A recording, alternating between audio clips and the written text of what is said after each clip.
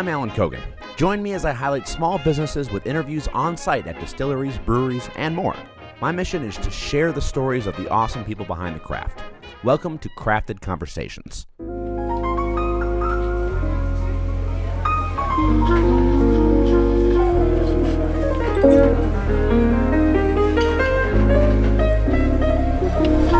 Welcome to Virtue Feed and Grain. Come on now, let's take a walk. Truly an old hay grain flour and feed warehouse, circa about the late 1800s. Has been everything from an actual hay grain flour and feed warehouse. First started by the Roberts family, an old established family here in Alexandria.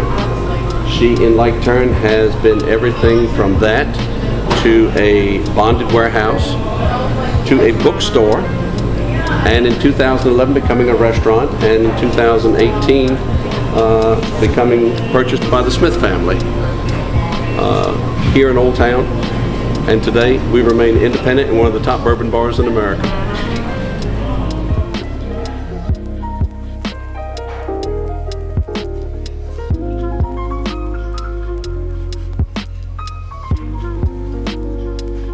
To the father of bourbon, cheers. Well, Tom. Hello. How's it going, man? Too blessed to be stressed. I appreciate that. You like that? You're the king of one-liners, I've heard. Oh, no. I resemble that remark. Well, hey, I know you wanted to start us off with cheers, so. It's a little something that we do here at Virtue Feed and Grain. It's a bestowment. Okay. It is a bestowment, and it's a welcoming, and it shows honor to the magic brown water that gives life to a lot of things. So I just want to give this to you, if it could. Please do. Just one sip is all it takes to warm us from the chill. Barley, corn, wheat, or rye in a tasty mash bill. Using a hybrid or a column or a single pot still. From distilling, then to aging, to the very first fill. Inside of sherry cask or barrels of white oak, ex-bourbon staves or freshly charred smoke, all delicious flavors that these methods to invoke are ingrained in the cultures of a myriad of folk. With family, friends, or strangers we meet, in the spirit of the moment, oh, what a treat to enjoy every sip and the company we keep on the rocks, in a cocktail, or just simply neat. Alan, welcome to Virtue Feed and Grain. Oh, thank you, sir. That was beautiful. Oh, bless you. So, Virtue Feed and Grain. Yes, sir. Restaurant, bar, experience. Home.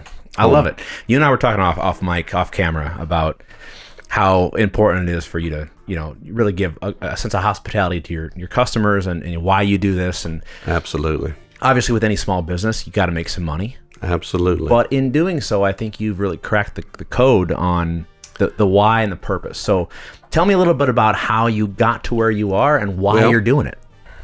My formal position, I love the formal title. I am the Director of Operations. My formal name is Thomas Walton Gale, Director of Operations, Executive Bourbon Steward, and member of the Honorable Order of Kentucky Colonels. Yes, sir. Here at Virtue Feed and Grain. It is a privilege to have been bestowed such a position. Owned privately by the Smith family here of Old Town, William, Cammie, Jean, Sue, Melissa, great people. You couldn't ask for better.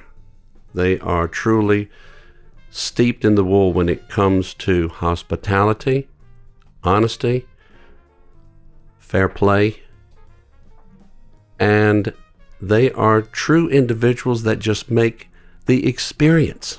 I love it. It is. If you can be blessed to have the life that we have, your cup will overflow. And this is a family affair. My wife is she is Miss Lisa. She takes care of all of the books. She's the HR. She's the go-to. We have a wonderful staff. We have management that is on the scene. But the owners are here every single day. They're involved in every single decision. They are the overseers. You couldn't ask for better people, truly better people.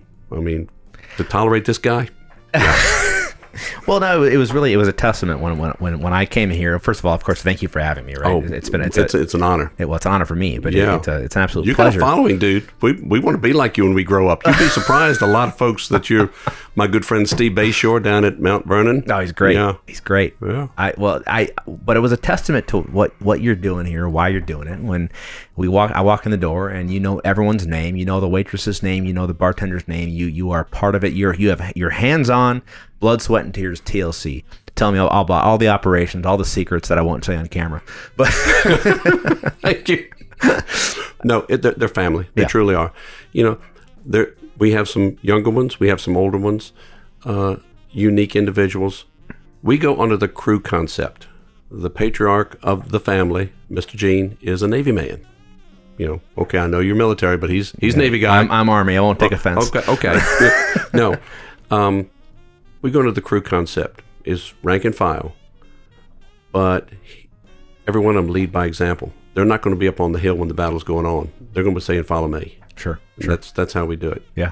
And I love everybody's right. You couldn't ask for better.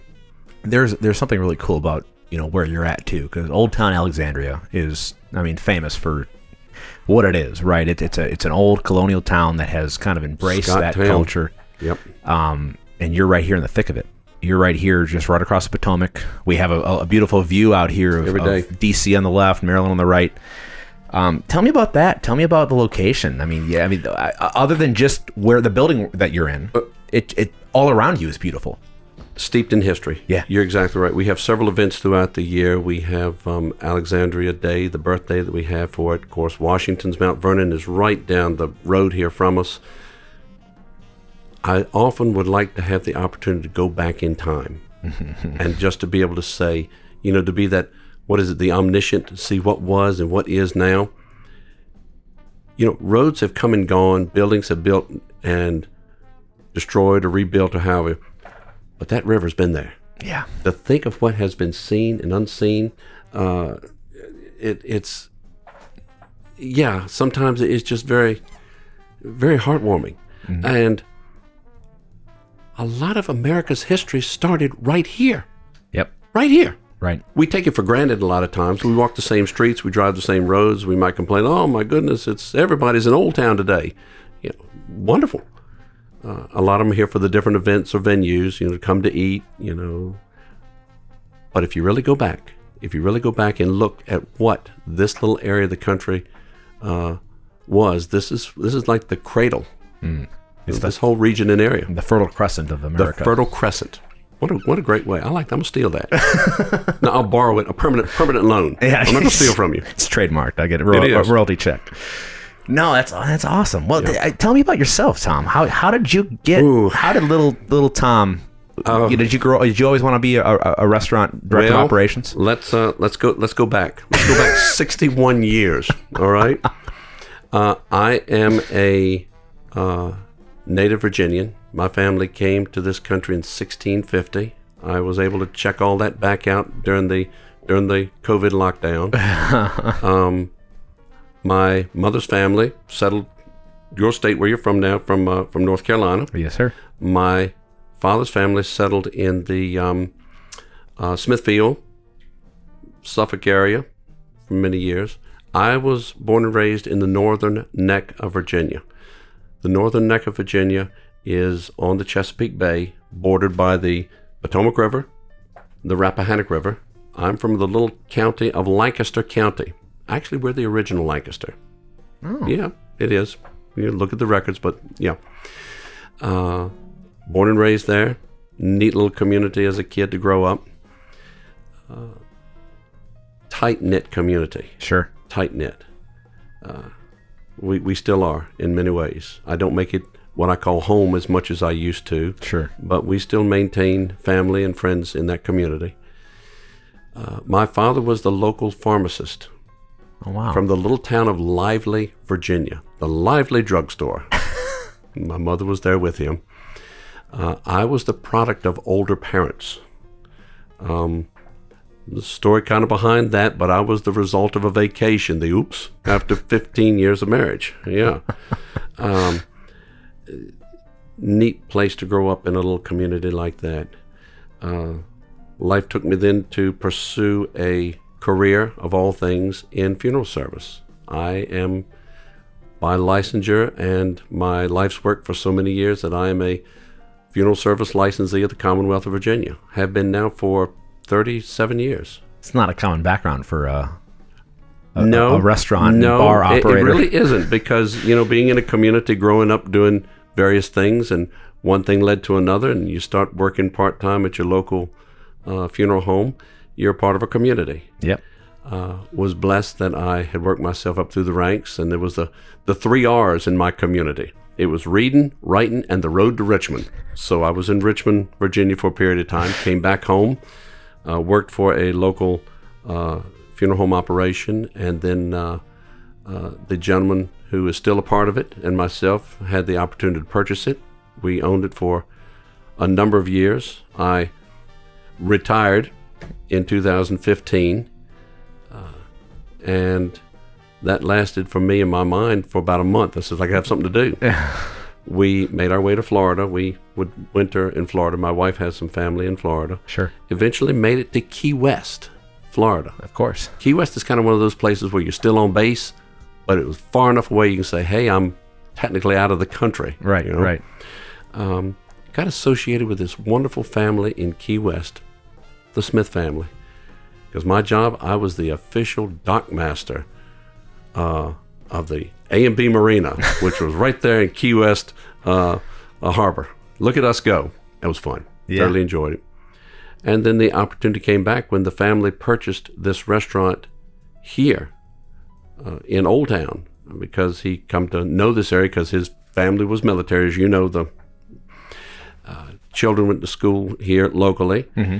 And I remember when he approached us, my wife, myself, he says, we live in Old Town Alexandria now. We still maintain it. So it's great. Good to hear you, So we purchased a restaurant. Would you like to come, possibly return and look at that? And we purchased, like for you to see it. I said, yeah, I'd love to see it. Now it's February in Key West versus February in Northern Virginia. Mm-hmm. I said, yeah, send me pictures. No. Well, we had the opportunity to come back and look at this, and my wife was kind of ready to come home, if you know what I mean, to be close to the children. Yep. Okay, let's look at this. Wow, Key West, Florida, beautiful water, diving, weather's great. Northern Virginia, traffic, high taxes, high cost of living. What's wrong with this picture? Yeah.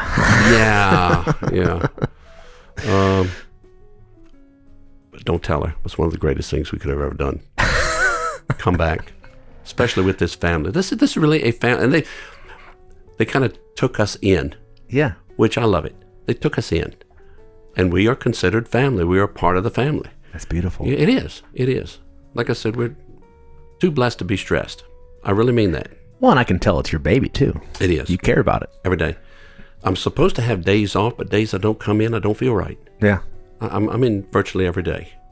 Now, I don't, unless I have an event, I'm early morning, 5 o'clock every morning. I mean, maybe it was just, I don't know, you're military, we're like potty trained at gunpoint. I don't know. It's like, hey, this is how you do it. I get up, make my bed. I'm very scheduled, very regimented. You're conditioned. And it's okay, I'm going to leave and take a day off. And it's like, well, I think I'll just, go back down there for a little bit. Just check things. Yeah. Yeah.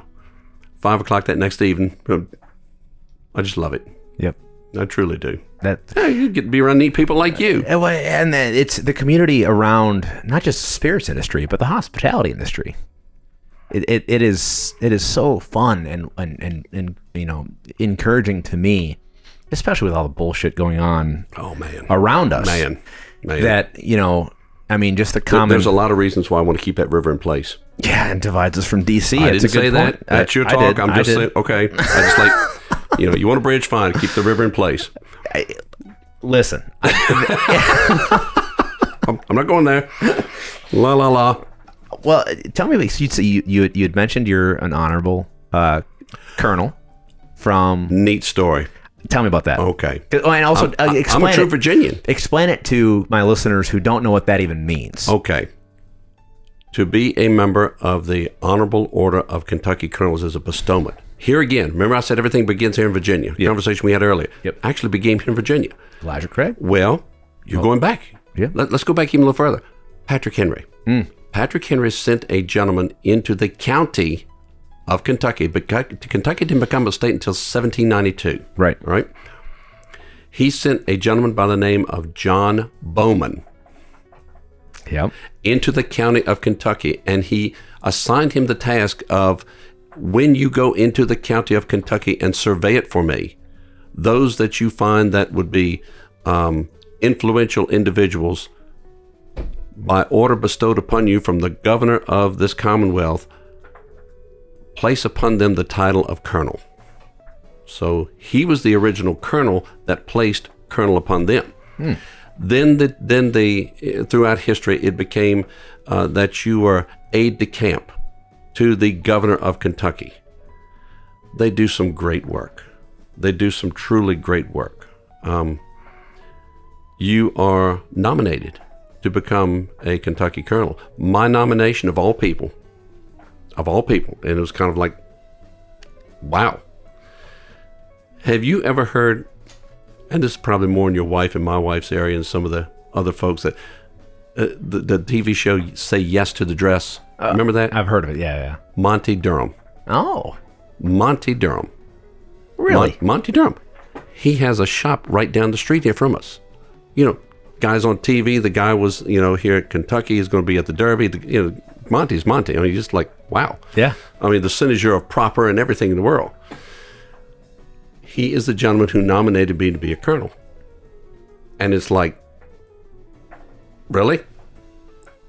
And the next thing you know, here's a group of individuals that are all very formal looking that had come here, and I was told to be at the restaurant at such and such time. I walk upstairs, and I was to be in my coat and tie, and next thing you know, you're either going to wear diamonds or go to jail when you see this group of people. And by his nomination, in order that I was made a Kentucky colonel, which I stay fairly active. We have a chapter over here in the district now called the nation's capital, Kentucky Colonels. They do some great work. They really do. I love everything about the way they do their bestowments. You can't say enough good about them. Is it like a modern like group of Masons? What is there a secret knowledge you have of bourbon? I'm just kidding. I can neither confirm nor deny that, because I too am a Mason. I've been one for many years. We have the George Washington Masonic Memorial, so I can neither confirm nor deny that, sir. But remember, you are in Area 51, all right? Yeah, I should watch my tongue. No, yeah. I'm mostly joking. We have an infiltrator. Just keep an eye on him, okay? Just keep the eye on. Keep the cameras on him, please. No, go ahead. We're just talking. CIA is going to run down. No, it's interesting because a Kentucky colonelship is widely known in the bourbon community as something that's very, very. It is. It is. Honor. I mean, that's massive. Yeah. It's humbling. It's so humbling that it's like, really? I'm just like, yeah. How did you get to that point where you could be nominated to be a colonel? Or when did you first start tasting bourbon and say, you know what, I like this stuff? It's just more than the bourbon. It's the it's the way that you have a benevolence. It is the true helping of others for the benefit of us all. Yeah. There was so much to come to pass. There's some great colonels who are what I call under the radar. That when they had like when they had the terrible tornadoes that go through Kentucky, they immediately, just without hesitation or reservation, done. There are so many other benefits. What I like is they provide things now. It is like, get this now. It's a done deal. And it's like a zero-sum game every single year. Great people. I mean, I'm just a small speck on what the overall benevolence is of the Kentucky Colonels. Sure. Truly. And a guy from Virginia, I mean, I almost feel like the bastard at the family reunion. But it's like, what an honor. Is that a rarity that it's out of state?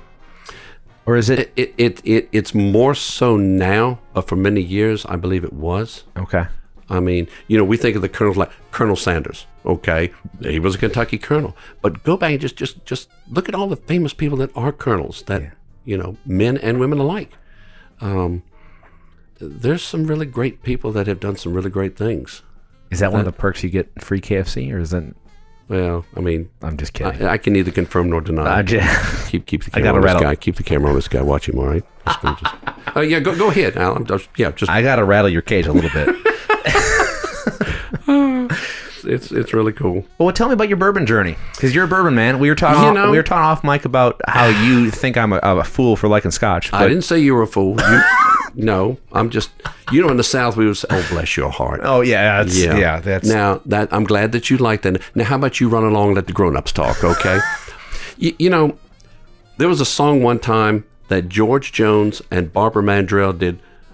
I was country before country was cool. All right. It's a good song. It is. Yeah. And there's a whole lot to be said for that. Bourbon was our family's drink of choice.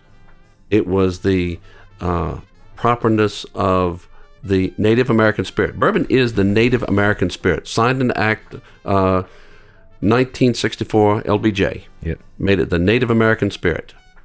As long as it's made according to the dictates of bourbon, which, Yep.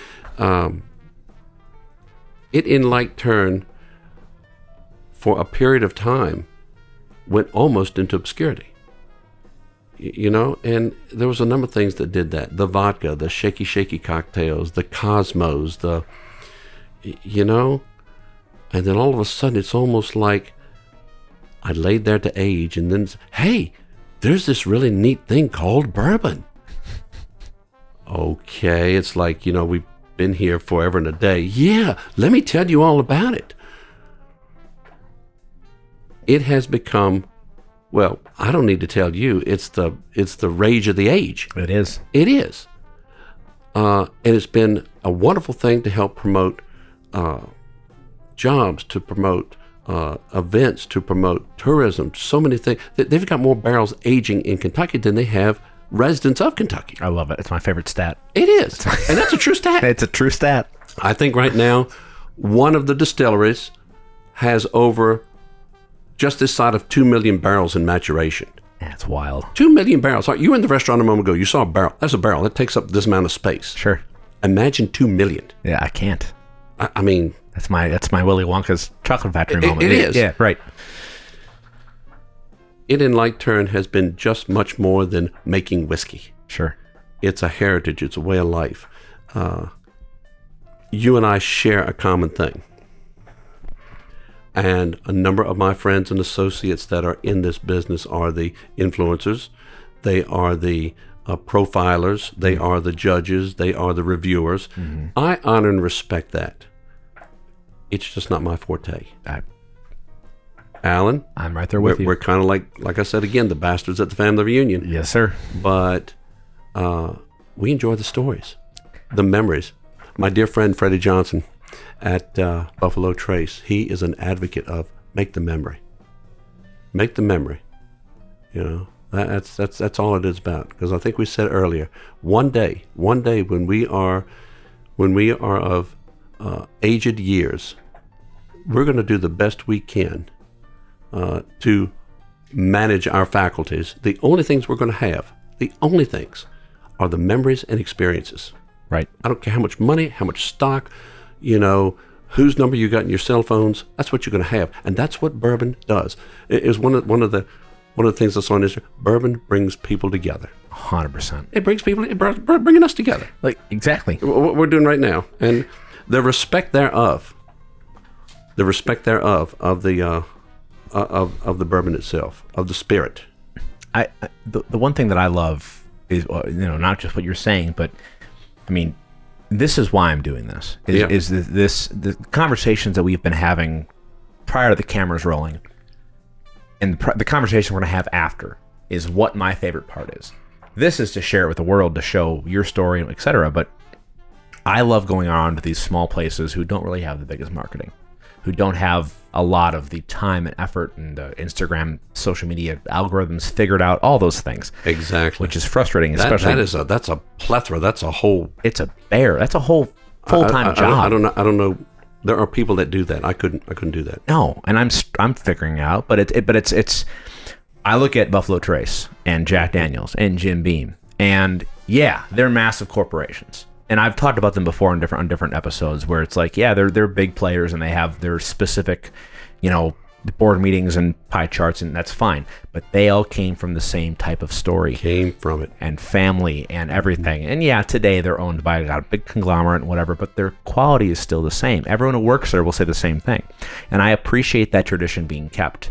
And I appreciate the tradition that's continued by a lot of these small craft brewers, distillers, absolutely, vintners. Some of them are really going out on the limb with this, and I have a true appreciation. So, cheers to them. Absolutely. Yeah. But, and that being said, you're not making whiskey, but you're sharing it by having a space where people can come to your bar and have some food, have a cocktail, try different things. I love Macmillan.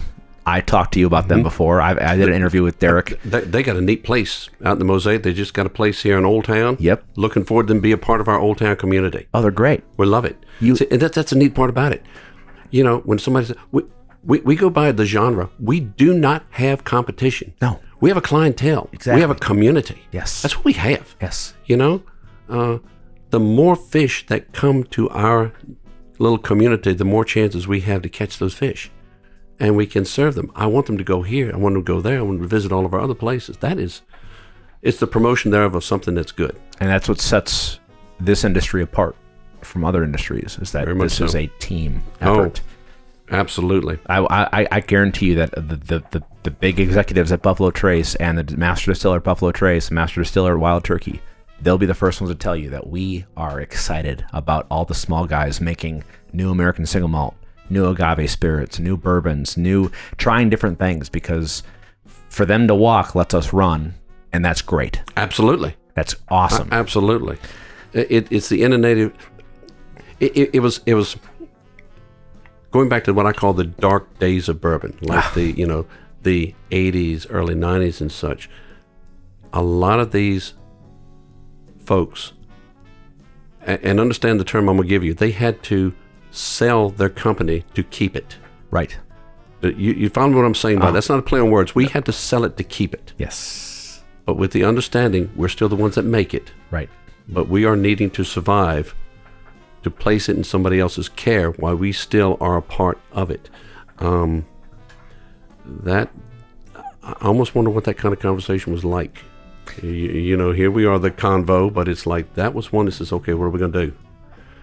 Do we let this just go the way of the dodo bird, or do we say, now we got to do things different? And when you mention trying new things like that, I'm all for it. Mm-hmm. I'm all for it. Now, every hit is not going to be a home run. They'll tell you. There's some of the, what's the words I'm looking for here? It's like what I told you we do at Virtue. Never, ever will any of our staff, family, anyone say we don't like something. Those words will not be uttered. Right. It's not our palate. Sure. It's not our palate. Sure. It's like, I love the bourbon. You love the scotch. I still like you. But anyway, it's not my palate. And some of the items that they're bringing to the table are unique. They're neat. Yeah. They're good. They're tasteful, but some of them are not my palate. Right. Yeah. You were there a moment ago when we had tequila is the kind of a thing. I'm bringing a little bit in, and you have the tequila, and then you have what they call the tequila. and we were blessed. We've got a staff member that is from Jalisco, and she knows tequila. She knows tequila. Yeah, you better bring your A game. Yeah. Yeah. Because if not, she says she'll have like some of the good tequila. She'll go, ay caramba. Some of them she'll go, ah Dios mío. No, but. Yeah. No, I'm going to put you on the spot, because you're a bourbon guy. You're a Kentucky Colonel. Love it. And you have a bar full of all of the options. We have all your fancy stuff right here. This does not exist. Okay. We see nothing over here. There's nothing over here. This has been CGI'd out. It's just straight vodka, Sky. My wife had the audacity to utter the word. She says, "Don't you think you have enough?" I'm so glad she didn't say that in public. My wife and your wife would get along. Yeah. Yeah. No, but what gun to your head? What is you're stranded on an island. Jeez, so Pete. I know. I'm sorry. I got to do it. I'll give you an answer too. Okay. All right. What bottle are you taking with you? The bottle. It never ends. What? This is not a selfish choice. What? I mean, here's the thing. I consider all these my family. Well, I love all my family. What little family I have, I love all of them. There are just certain ones I like to spend more time with than others. there you go. Okay? Yeah. Hey y'all, Alan Cogan here with Crafted Conversations. If you want to support the show and the mission of sharing the stories of craft, head over to buymeacoffee.com/craftedcombos. I'd really appreciate throwing a couple bucks my way to help me pay for travel, the equipment that I use, the time that I spend editing, all the software that I use. I really appreciate any support you can give me. And if you can't afford a couple bucks, at least give me some feedback or go over to our YouTube and subscribe or follow us on Spotify. Anything helps to make sure that we share the story of craft and give these small business owners a little limelight and get them out on a platform that really showcases what they're doing. I can't do this without you guys or your support, so I would really appreciate you pitching in and helping out. So I'll see you out there, and I really appreciate it. Cheers. You still want to answer, don't you? I do want an answer. Okay. Let's put it in categories. Okay. I think I told you earlier, when crafting a cocktail, simplicity is the essence of good design. Now, that's not my quote. I stole that from Frank Lloyd Wright. No, I didn't steal anything. It's on permanent loan, okay? Right. You and I are sampling for medicinal purposes. Yes, of course. Yeah. This is our Father of Bourbon Old Fashioned, made with Elijah Craig small batch. A basic mash bill, which I do like the way that now you've been in this business now long enough. You see some folks, well, our mash bill is proprietary. Yeah. No, here's our mash bill: 78% corn, 10% rye, 12% barley. Right. Okay, here it is. I'm giving it to you. For those purposes, I love it. Elijah Craig small batch. From time to time, they come back. They have a nice toasted barrel. Yeah. When I'm feeling like, all right, I really need that, I like the barrel proof. So good. Okay. So good. Now, let's go the other side of the fence. We are blessed right now that we have a wonderful relationship with a number of different distilleries, one of which is Buffalo Trace. Yes, sir. They're very close to my heart. I love a Blanton's. Okay. A good Blanton's single barrel. Blanton's is... Of course, there's my Weller Foolproof. You see where this is going, okay? Yeah, I got you. Because the Weller is basically the same mash bill as the Pappy, because it was his. The whole story goes back and forth. Right. I have a wonderful Foolproof now that is our single barrel. The Eagle Rare, the 10-year Eagle Rare, the classic good pour at the affordable price. And then there is the Buffalo Trace. So I'm not avoiding the answer. I'm saying they're all, if I only get one bottle, it's going to be a bunch of small bottles. I can't do. I gotta do it. Man, you know what? You could work across the river. Well, I get a lot of practice. Well, look at Maker's Mark. Those guys, Martha Samuel's the first one with the weeded mash bills. Michter's, that's the Quiet Riot. Oh, hey. Their toasted barrels are good. Make a hound dog hug a rabbit. Oh, my goodness. I love it. Dan McKee and myself sat down. He loves his rye in the barrel. I bring him oysters. We eat and drink single barrel rye old fashions. Four Roses.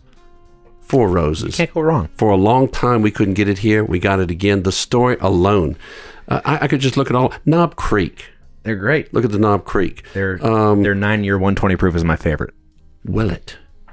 Will it now just come to the Commonwealth? I had the opportunity to visit those folks here in February. That's a quiet little riot. Woodford Reserve, the Cynosure of really good. Some of the older versions that you have. Yep. Heaven Hill, not just for the Elijah Craig, some of the old Fitzgeralds. Oh, they're so good. Oh man, 12 years phenomenal. I need a minute. I'm sorry. Listen. Can we turn the cameras off? Okay, I'm back. Remember we were talking about earlier about the Michters.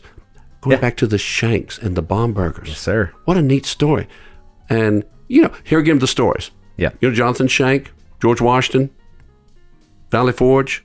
Right. It's almost like, let's put it in modern I can see Georgie right now texting, "Hey, Johnny, GW here. Thirsty and cold. We need a barrel of whiskey." Then he gets a thumbs up. Ding. No. All of which are in a good area of setting a precedent for this is how we do it. The folks at Jim Beam, you talk about still a family operation. From everything of a simplistic nature to the more complex, older versions. Sure. We go to an oyster roast. There's nothing like a Jim Beam and ginger. Yeah. Then you have some of the other folks like the folks at Bullet. I can find something good in virtually every single one of them. It's what is my palate calling for that day. I agree with you. And you and I in this kind of business, we do a lot of tasting. What's your go-to every day is yes. What is it? Yes. Okay. Yeah. Yes. What are we doing? What's the event? But I love the old fashioned. I didn't know if you knew this or not. We coined the cocktail the father of bourbon old fashioned. I love the play on the names. You ought to see some of the list I got for like some of my what have I got up here? Oh, like some of my flights. I have a high proof flight called the Proof and Nothing But the Proof. That's pretty good. Yeah, it's pretty That's good. Clever. Yeah. And I come up with most of these sober. Let's see what I have. The Distiller's Edition. It's Scotch, so that doesn't matter. No, come on now. No, that is one that's the one the owner came up with. Tapping into the little world of let's have fun with the tequilas. I have one called the Actor, the Rock, and the Jock. Oh, that's good. You can pretty much figure who's who on that. One of my favorite flights for the introductory, the Best of Basil. Basil Hayden. We say Basil Hayden. Mm-hmm. My little community, we say Basil. Basil's actually a local boy. Did you know that? No. Local boy. Southern Maryland. Family fled England to avoid Catholic persecution. They settled in Southern Maryland. In like turn, Basil actually led the largest mass exodus of Catholic families into the county of Kentucky. Established the first Catholic communities, schools, churches.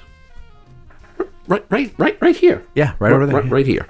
That's and wild. That's a lot of truth there. Elijah Craig, good Baptist minister. Yes, sir. Take that, Episcopalians. No, I was Episcopalian myself. And, it all had to start somewhere. Right. And this is where it happened. Right here. E.H. Taylor.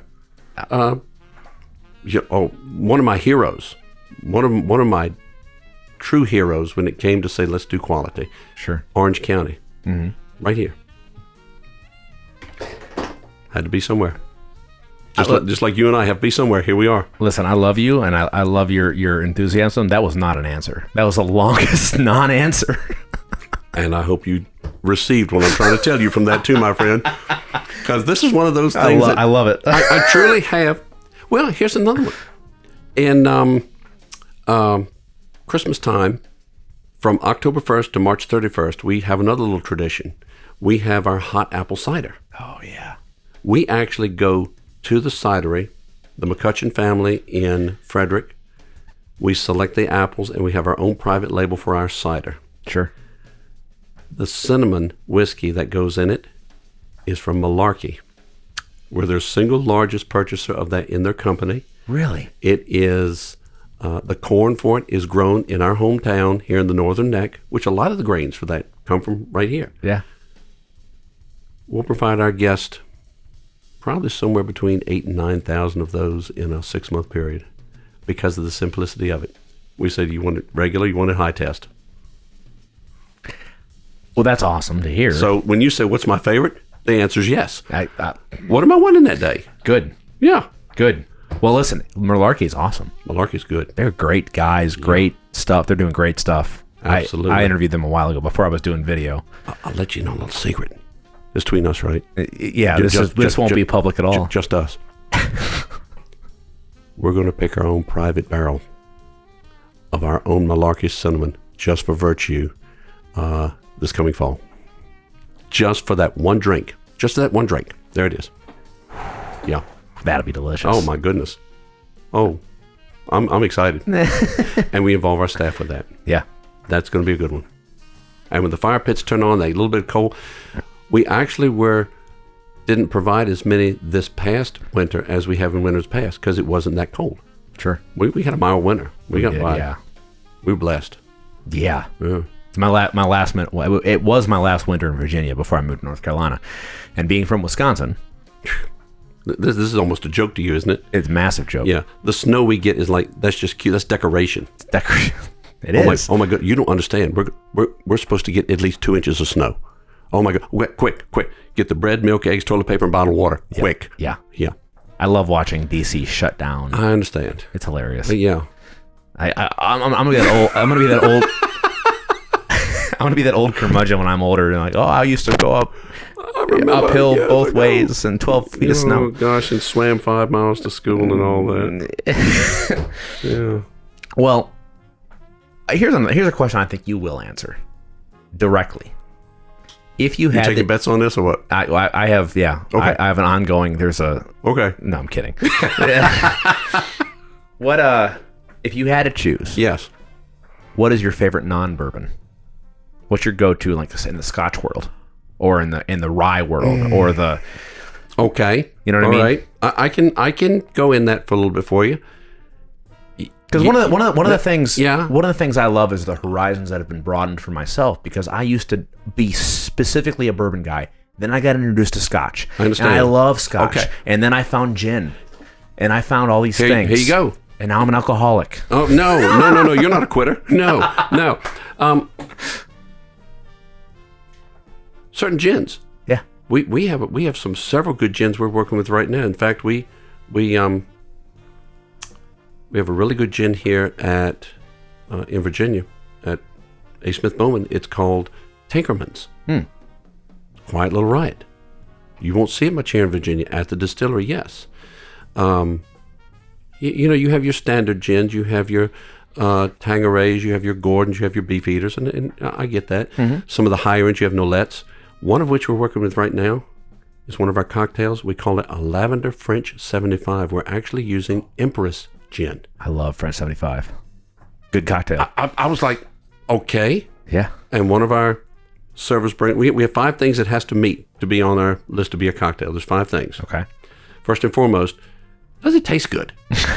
Does it taste good? It's important. I don't care like this is the latest craze. Number, it has to taste good. Number 2, is it easy to make? Is it easy to construct? Right. Do you have to get a building permit for this thing? Is it something we can put together? Because we're a high volume restaurant as well. Building permit. Number 3, can we readily get the ingredients? Right. Are they readily available to us? Do we have to go to Madagascar to get a particular, spice or no? Number 4, and here's where the other part comes in. We love what we do, but a lot of this is not being done for the love. A lot of these folks, this is what they do for their living. Right. Is this within our budget to make? And number 5, can we provide this to our guest at a price that they do not mind spending? Yeah. And now, Alan, looking back across this river here, prices sometimes go up a little bit once you cross that 14th Street Bridge. Yeah. I've noticed. For whatever it is.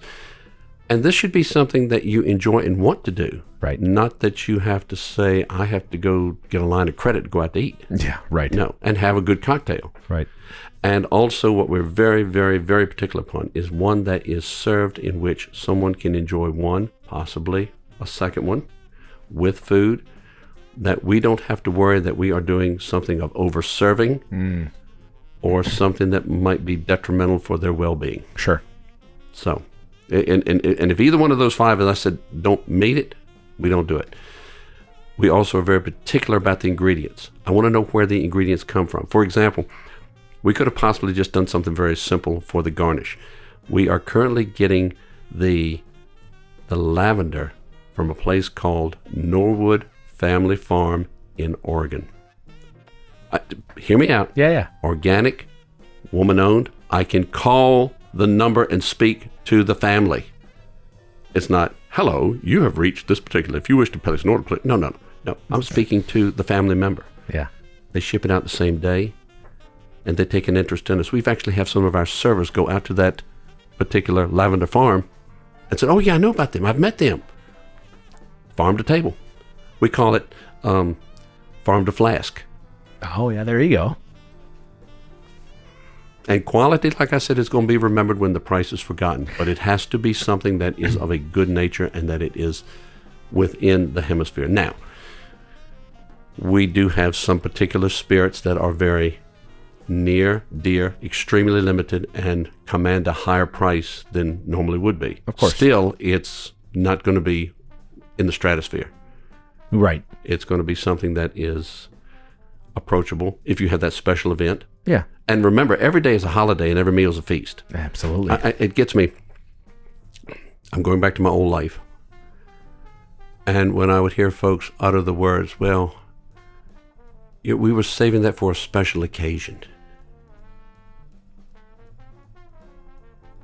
Every day is a special occasion. Every day. You have to now, treat I'm not saying that we have to dip so much out of each well every day, but it should be, you should enjoy a little bit of it. Yeah. Every day. Yeah. Yeah. It's a gift. I told you off camera about my wedding gift for my wife. Yeah. The Spring Bank 28 yeah. Society release. I would even try that. Oh yeah, well you will at some point. But okay, I'll admit, I like Scotch. Okay, no, yes. The Highland Scotches. And cut. Here we go. Got him. I got him, guys. Oh, I'm jumping out the window. FBI is waiting to arrest. No, I have never. I used to think like, oh, collecting, right? No, I love cigars. I love whiskey. I love the finer things in life, and I like enjoying them with friends. Absolutely. If I can crack open, I got a Michter's toasted barrel rye, which goes for $400, $500, $600, $700 across the river in BC. Yeah. Oh yeah. And I got it at MSRP at the distillery because it happened to be the right time. I didn't know it was there. I just happened to be there for a work trip. Daily release. Yep. That's where I tell folks, well, we didn't go into gift shops. We couldn't get a tour, so we didn't go in. No. Go in. Go in. Go in. Because you don't know what's being released that day. No. It means everything. But I had no qualms about opening that bottle with some buddies down in North Carolina around a fire pit for us to enjoy together. Look what you and I just did. The whole concept of the convo. You made a memory. Exactly. You made a memory. Exactly. It was worth every penny. Every penny. Every penny. That was the greatest investment. Look at the return you had on the investment. Oh, it was great. Tax-free, and it's still turning a profit to this day, that investment. What do you make of the bourbon market being so crazy, where we have bottles of Buffalo Trace? They're basic benchmark. I was wondering when you were going. $35 bottle of bourbon going for 60 some odd dollars. You just couldn't help it, could you? No, I'm curious. You just couldn't help it. It sucks. All right. Because you're in a different weird... Let me say this. You remember the movie The Godfather? Of course. And he's sitting there, he's, talking to Solozzo, and it's like, what a man does for his living is none of my business. Yeah. And the traders, we just trade bottles. Yeah, I'm not, getting that where I'm sitting in line and I'm going to resell anything like it. No.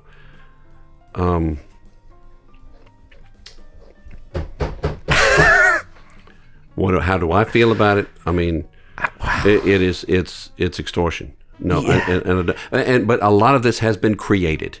It has. It's been created for one reason or another.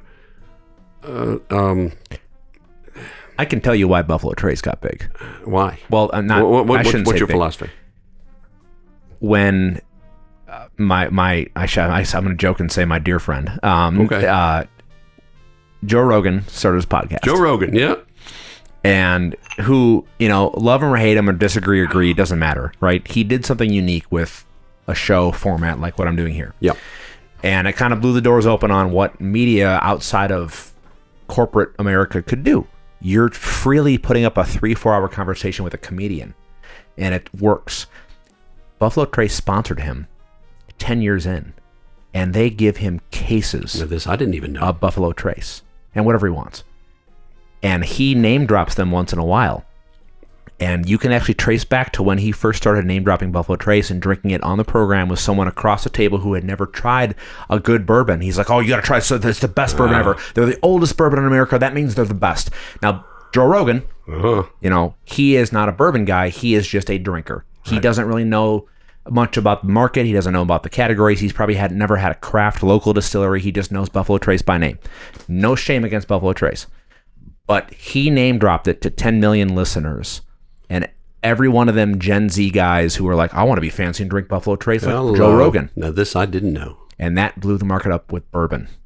It's like what hazy IPAs did in the craft beer industry. I'm with you on translated that. to what Weller and Pap. Everyone thinks Pappy Van Winkle. It's like the gold standard of bourbon. It's good bourbon. It is very good bourbon. But there's also other good bourbon. There's very good bourbons. And certain things happen with certain ones at the right time. I'll throw another one at you. You ready? Mm-hmm. Tito's. Oh yeah, Tito's. Yes. To me, vodka is gin that hasn't gone to school. But still, That's a good way to put it. For years, it was Smirnoff. You know, because there's a neat story about that. Right. But the right thing hit it at the right time, and you got to give it to Tito Beverage. He went all in. He did. He went all in. He did.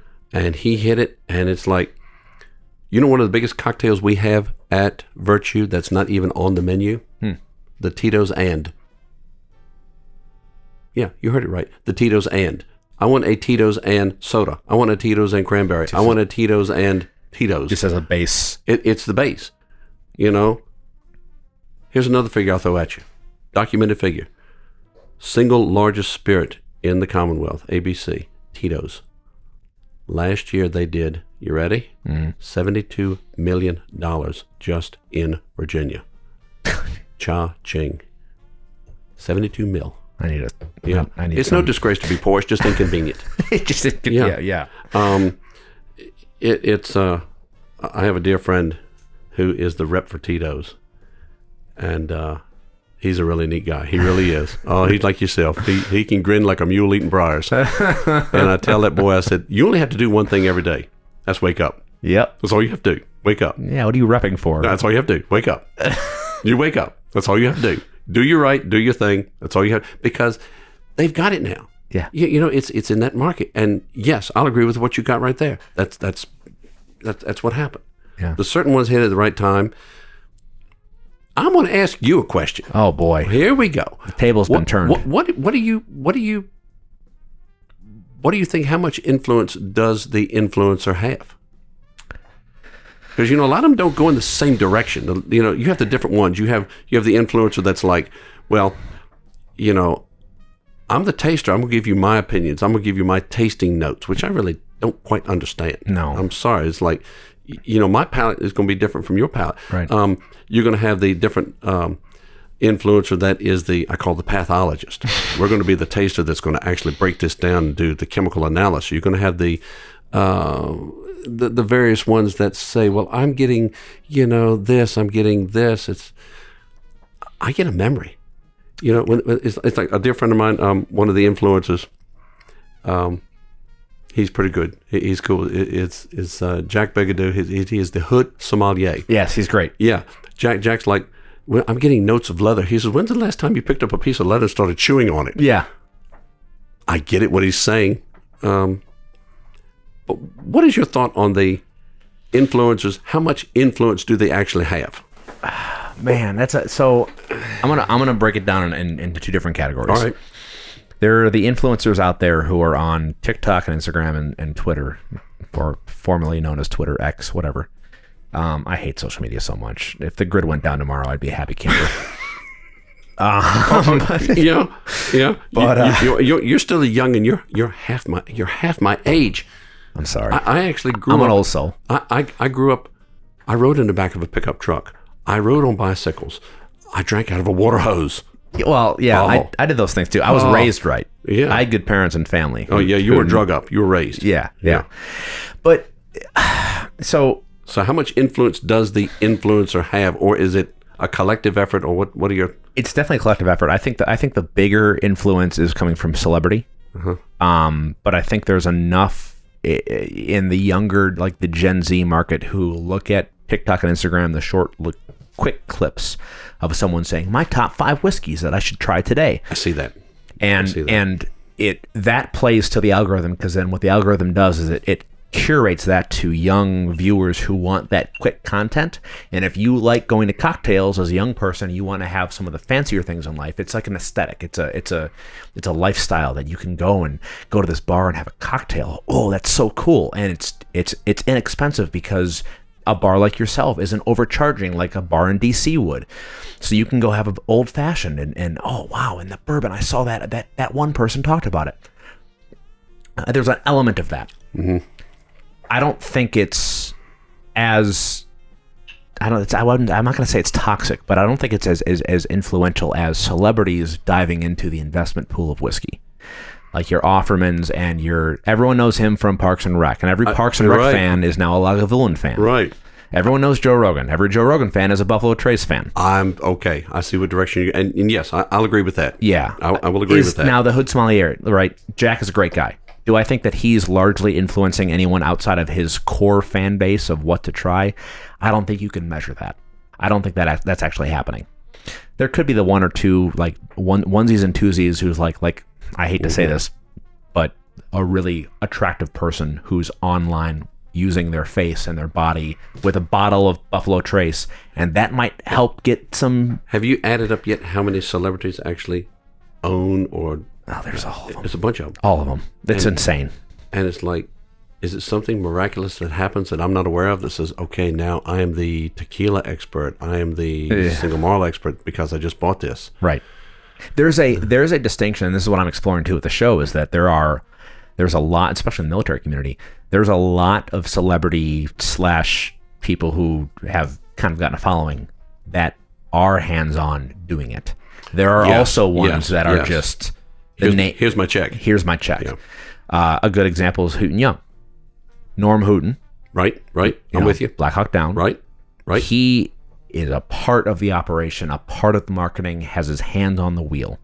He's in there batching mash, toting bags. Yeah. He might not be the one actually distilling, but he's the one who's tasting and saying, yeah, I'll put that in a bottle. Uh-huh. Or whatever he's getting from MGP sometimes. Whatever. It doesn't matter. Yeah. But he is there. Then you have people like Bob Dylan. Love him. But he's just giving money to Heaven's Door. He's not doing anything. This is my whiskey. No, that's, so there's a little bit of give and take. I mean, I am a fan of all the options available. And I love that the market has allowed that to happen. And there's been a boom define craft, right? Oh, geez. There's been a boom. Oh, gosh. Period. Yeah. And I appreciate that because I can try a bunch of things. I can go down the street to an ABC and get a $25 bottle of bourbon made by some local place, and it probably tastes awesome. Mm-hmm. Belmont Farm, Chuck Miller. Oh, yep. Great guy. Right down here in Culpeper. Yep. He doesn't charge much for his whiskey. Nope. And it's phenomenal. Good whiskey. It's good whiskey. Tim Smith got a little something going on with him down there, too. Climax. Yeah.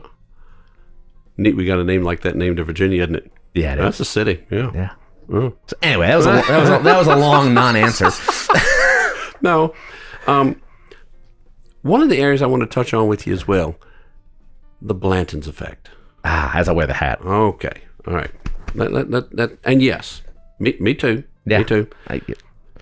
When some folks, it's a funny thing. And I was a part of the old regime before we had our licensee lottery and our other things that we have to do I was one of those guys that would say, if I want this for my families and guests here at Virtue, I've got to put the time in. Right. I can tell you what most every single whiskey store looks like here in ABC, this part of Virginia, at 4 o'clock in the morning.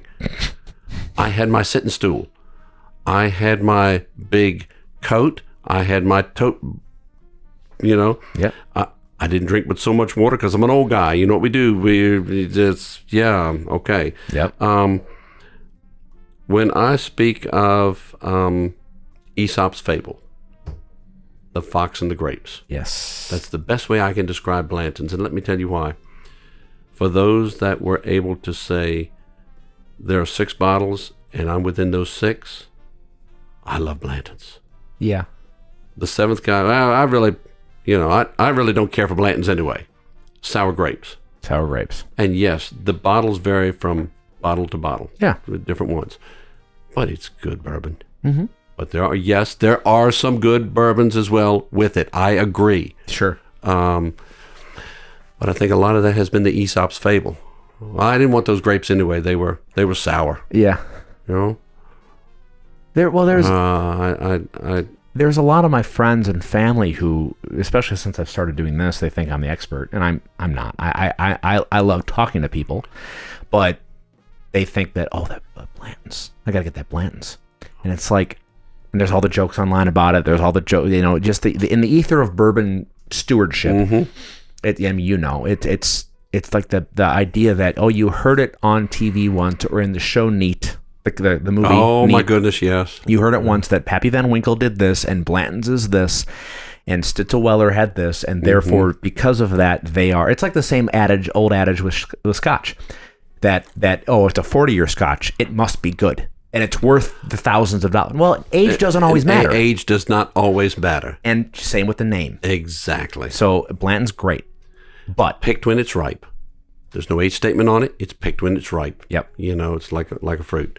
That's why I encourage a lot of my friends who are like, they go to a bar and they're like, I have Blanton's, I got to try it. And it's like, that's fine. That's fine. But if it's priced right and it's something you enjoy, but please, dear Lord, don't overpay for it. Don't overpay for it. And also give some pride to local stuff. Give some chance there. Absolutely. Hey, for half the price, try that bottle you've never seen before. Absolutely. They have no marketing. They have no power. And I guarantee you it's probably, I don't want to say just as good, but it's up there. Sometimes they're better. According to the dictates of your palate. Right. Yeah. I agree with that. Right. That's why I like our little distillery right down the road here. That's our quiet little ride. Yeah. Down at the old Bowman's. Bowman's is great. It is. Neat story about the family. They're on my list to talk to. Yeah. So, yeah. David Bach's a dear friend of mine. Neat guy down there. He was master distiller at the Sazerac House. He's up here with us now. Sure. Brian Pewitt was just before him. There's some quiet little riots going on in that. They do things a little different. They it always tickles me. It's about a rick house. Mm. Now, you're military. Yeah. You can find out secrets a whole lot easier over here at the Pentagon than you can find the honey holes in certain rick houses. I believe that. Oh, I know that. And when you see those maps and little things, as you go and look at that, you might as well be staring in the sky, because they're not going to tell you exactly all of what you want to know. It's by the person putting in the time, the effort. Let me try this. Let me try that one. And the ones you want to talk to when you're selecting your barrels, the salesman's going to tell you anything you want to hear. Right. Listen to the man with the calluses on his hand. Yeah. That's the guy that's been moving the barrels. Yes. That's how we do it. I just gave you some. I shouldn't have done that. But this is just a conversation between you and myself, right? Yeah, this is just totally offline. Yeah, another Connie Chung thing. Thank you. Yeah. I've told this story before. I don't know if you're familiar with, or you've talked to the guys down at Tobacco Barn. Over in Maryland. Maryland. See, I can't get that in Virginia. Yeah, they're working on it. That's the other caveat that I've got to just put that out here. Yeah.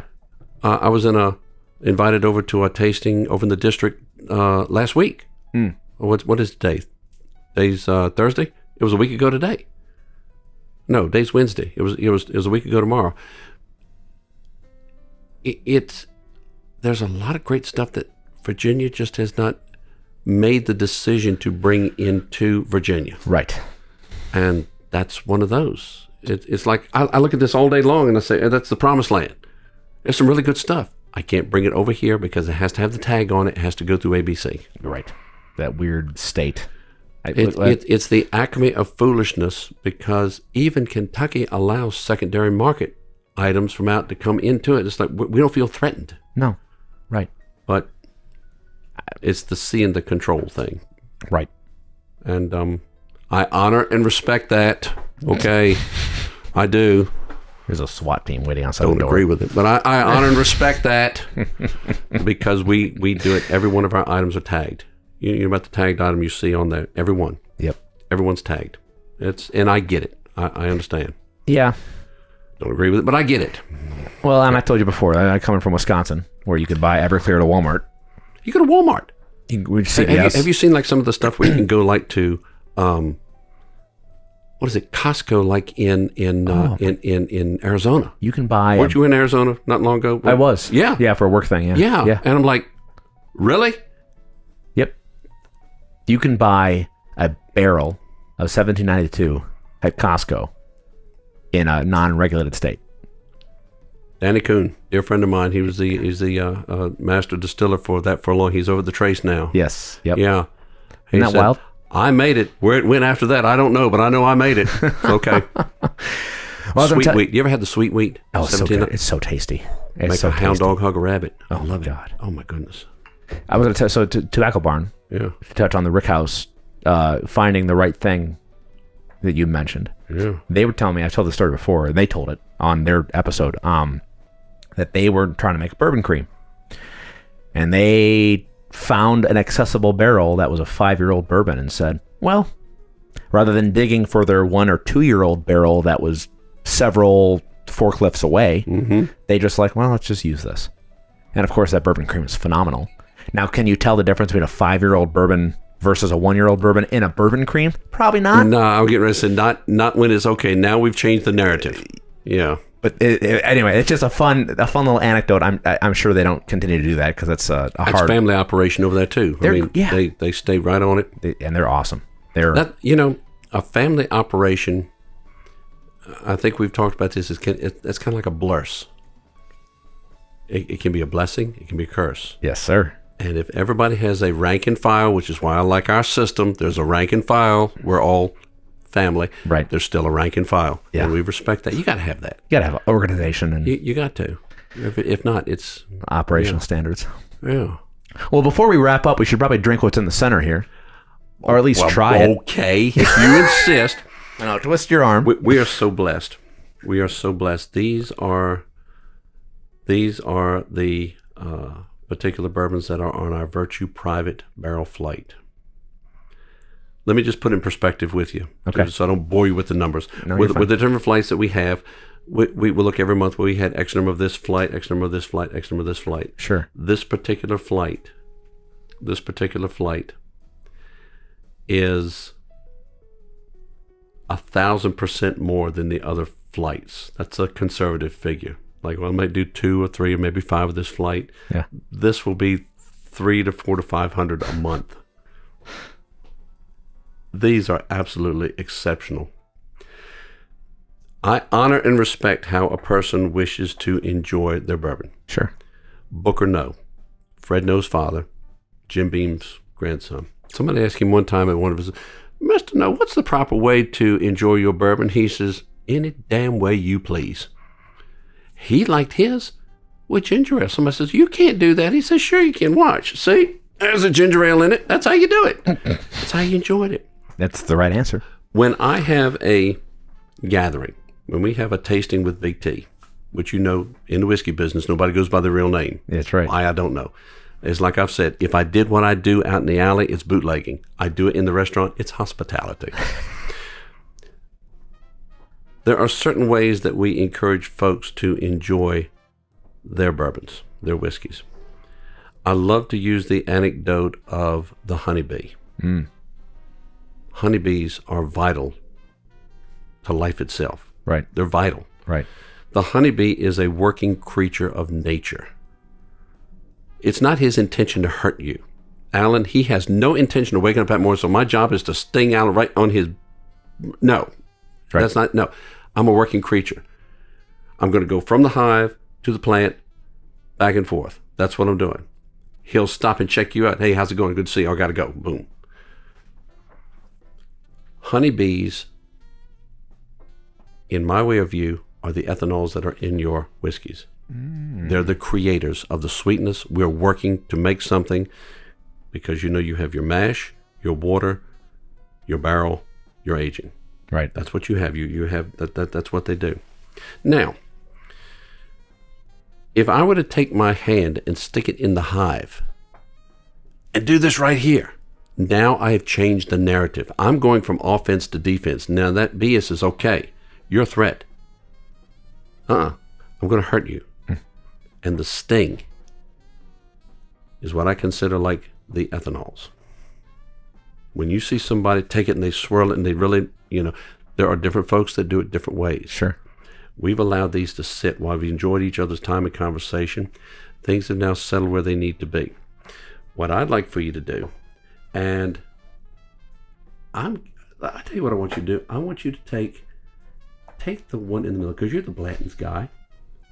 I'm going to take the Weller Foolproof. Okay. And when we take it and we gently address it, we are going to do the term smasting, smelling and tasting. I've seen so many people stick their nose all the way down into it. It's almost like I'm trying to shoot a... Yeah, I'm not going there because this is just between us. I have a different podcast where I sample different... Thank you. Thank you for sharing that with us. But this is our enjoyment. And the story, knowing what the whole history is behind those two, is where we delve a little bit about, let's talk about the Weller. Let's talk about, Colonel Blanton. You are... Well, you're wearing the badge. I am. I love it. I got my badge, because I got my hair done for you today. I didn't want to mess it up. That looks good. Smaced, just gently, both sides of it. You breathe it in. It allows it to come over your palate. You enjoy the essence of it. The first addressing of this, I say we kiss it.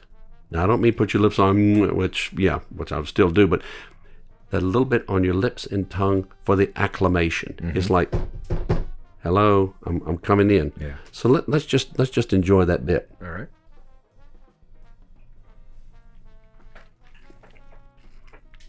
Another thing that Booker No did was the chew.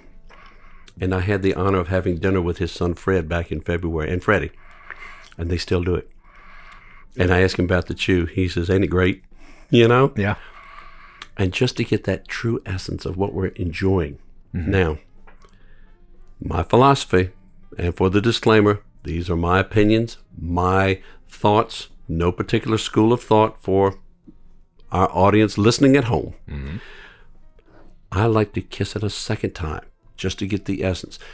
I'm under the belief that the Irish taught us how to make whiskey, but the Scots taught us how to drink it, because they awakened it slowly from their rest with the water. When the beekeeper goes to access the honey, we put a little smoke in the hive. It's like, hey, I'm coming in your world. I'm letting you know what I'm doing. My dear friend Freddie Johnson is also the one that talked about the water. The molecules are bigger. The ethanol is smaller. It is a matter of separating the congeners and the flavors and encapsulating the creosoles and sending the ethanols to the top, which we're calming the bees down so that we can enjoy the flavor of the honey and the sweetness thereof. That's what you have in bourbon. And not only just the flavors and the taste, it's the gathering of the conversation that brings people together. Now, what I'd like for you to do is to take the water. Okay. There is a mathematical equation. It does exist. 2 ounces, 100 proof bourbon. 2 ounces of 100 proof bourbon, half ounce of water makes 80 proof. That's the mathematical equation. Okay. If you really want to get technical about it, this is when we go from canapé to a can of peas. 2 ounces, 100 proof, half ounce of water, 80 proof.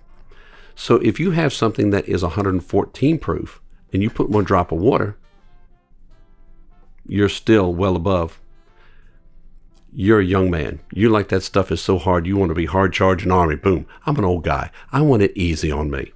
So what I do, depending on my proof, the proof I really love is between 90 to 94 proof. Okay. Maybe some of the mixers down in the low 80s, which is so good. Yeah. But I like to take it and you see the squiggles occur. I call the squiggles. All right.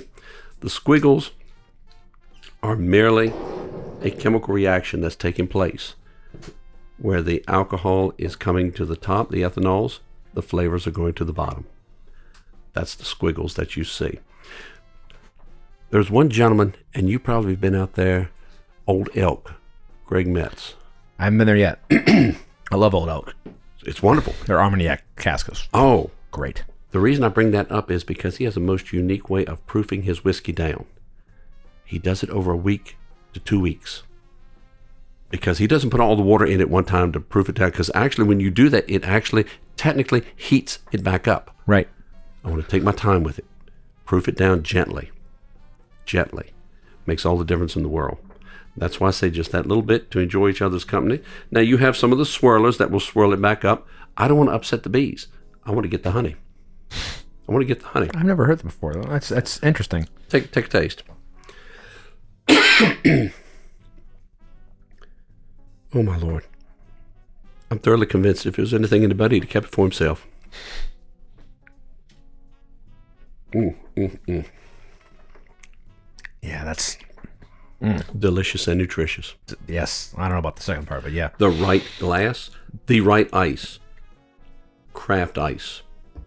We insist upon doing ours ourselves. There's some good companies that make some really fine ice. Sure. Truly. Sure. Good, clear, directional freezing ice makes all the difference in the world.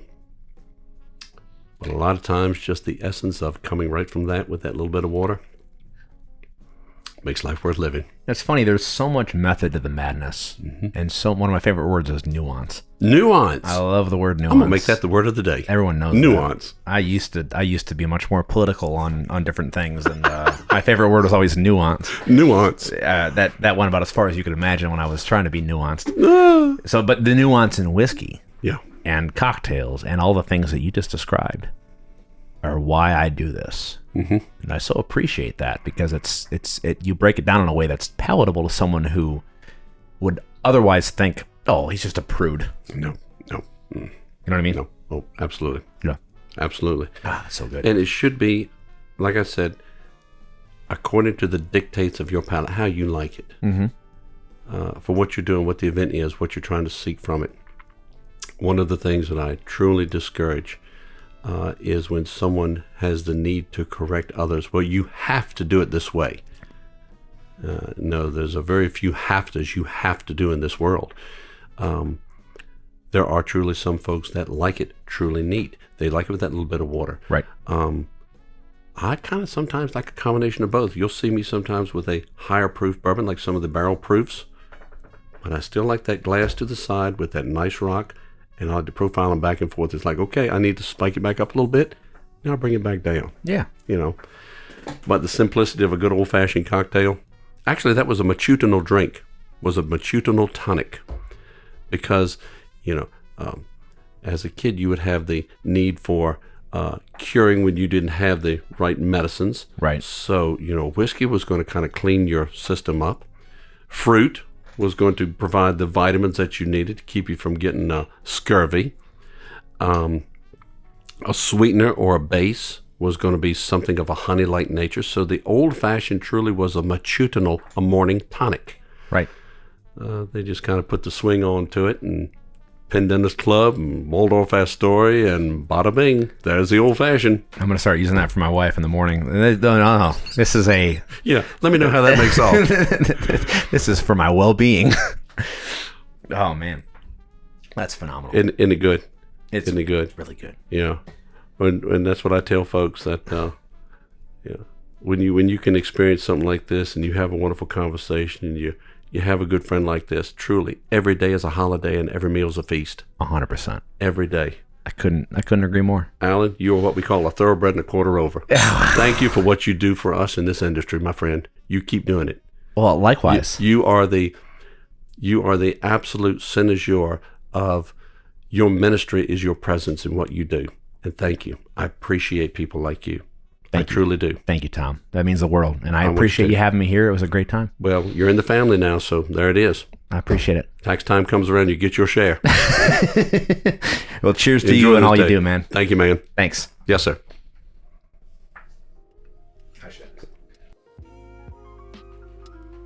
If you enjoyed this episode, I'd really appreciate a follow and share on social media, subscribe to our YouTube, and be sure to give us a rating and review on your favorite podcast platform. Everything you see and hear is out of pocket for us, including travel. If you support our mission of showcasing the amazing stories behind these small businesses, do me a favor and head over to buymeacoffee.com/craftedconvos. Buy Me a Coffee is an awesome way to help creators like me with simple one-time donations or a monthly contribution. Every dime goes into giving these breweries, distilleries, and more some much-deserved limelight. If you have any questions or concerns, please reach out. Cheers!